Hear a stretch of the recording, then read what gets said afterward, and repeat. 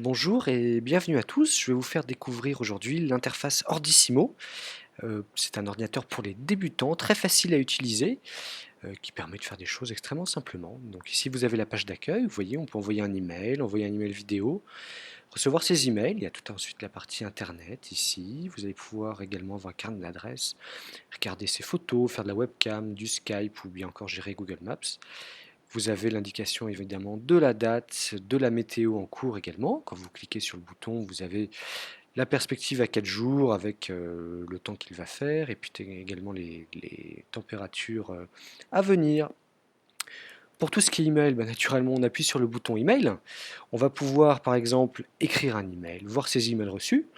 Donc par exemple ici j'ai reçu un email de Sidonie Berly, je vais pouvoir zoomer sur le texte assez simplement. On peut donc voir les outils en haut de l'écran, je peux recevoir un email, répondre à cet email, le faire suivre ou bien encore enregistrer la pièce jointe. Bah, c'est ce qu'on va faire ensemble. Naturellement, mon Ordissimo va me demander où est-ce que je veux l'enregistrer.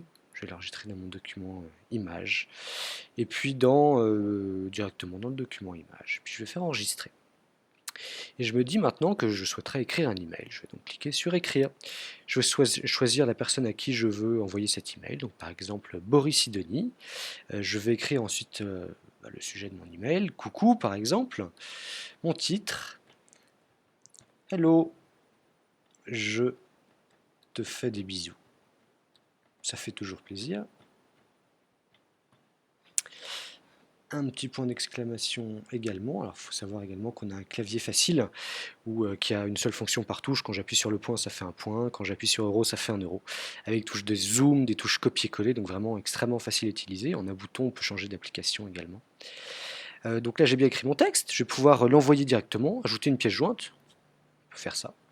Je vais choisir une image, justement la photo que je viens de sélectionner. Très joli bébé. Donc on voit ici automatiquement la pièce jointe qui est bien présente. J'ai plus qu'à ensuite appuyer sur envoyer pour envoyer mon email. Donc voilà, c'est vraiment extrêmement simple.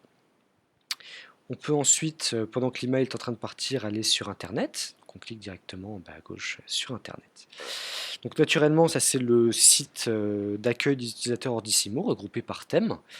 On va pouvoir faire une recherche directement dans la barre d'adresse. Par exemple, si je veux aller sur le site internet du journal Le Monde, je tape Le Monde. J'appuie sur OK.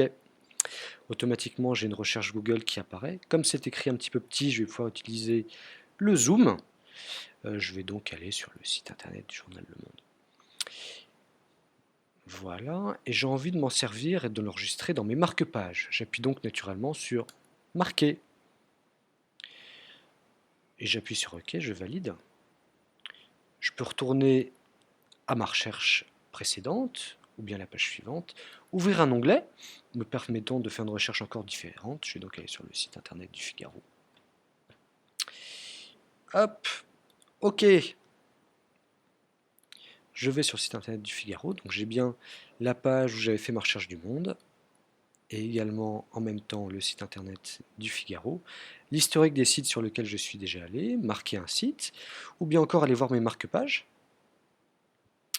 Donc on voit qu'ici j'ai déjà 1, 2, 3, 4, 5 marque-pages. Le Monde que je viens d'enregistrer avec vous, sur lequel bien sûr on peut zoomer, que je vais pouvoir modifier si je souhaite juste l'appeler par exemple Le Monde.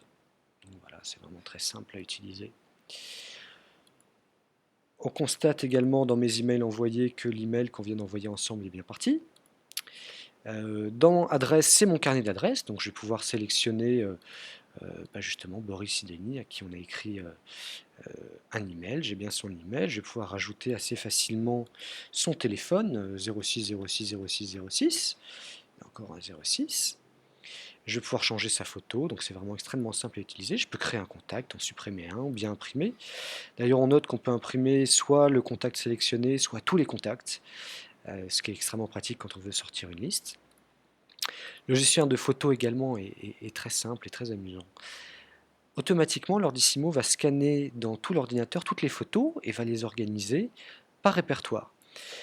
Donc ici, j'ai un certain nombre de photos sur lesquelles je vais pouvoir zoomer assez simplement. Je vais choisir une photo parmi celles-ci.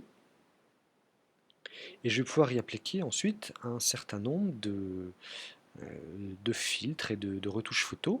Je peux donc soit avoir un diaporama avec toutes mes photos les unes à la suite des autres, renommer la photo, la recadrer. Donc on appuie pour ça sur le bouton, on va sélectionner la partie de la photo qui nous intéresse. Automatiquement, l'Ordissimo va enregistrer la photo précédente et également la retouche qui vient d'être faite. Je peux pouvoir faire pivoter la photo, y ajouter un commentaire, imprimer la photo. J'ai même des fonctions supplémentaires comme gérer la lumière. Je vais pouvoir baisser ou augmenter la luminosité, vraiment très très simplement. Mettre une photo en noir et blanc, réduire la taille de la photo. Enfin, on peut faire vraiment énormément de choses et extrêmement simplement. Par exemple, quand je vais cliquer directement sur le bouton Ordissimo, voilà, je vais retourner à la liste directement des photos de mon répertoire, notamment avec la photo que je viens de modifier. Donc c'est vraiment facile à utiliser. L'agenda également est assez simple, donc je vais pouvoir créer un événement assez simplement en appuyant sur créer ou bien supprimer un événement. Et encore, je peux zoomer ou dézoomer à volonté sur chaque événement. Je peux avoir le détail de chacun d'eux. Donc voilà, ma partie de tennis. Le 23-04 à 17h15, à côté de chez Richard. Voilà, vraiment simple et ludique. Je peux avoir des vues par semaine ou des vues également par jour pour avoir un maximum de détails. Je peux écrire un texte, donc le logiciel utilisé est compatible Word et Excel, donc pouvait être lu et compris de tous. Je vais pouvoir par exemple grossir mon texte, le réduire, choisir mon style.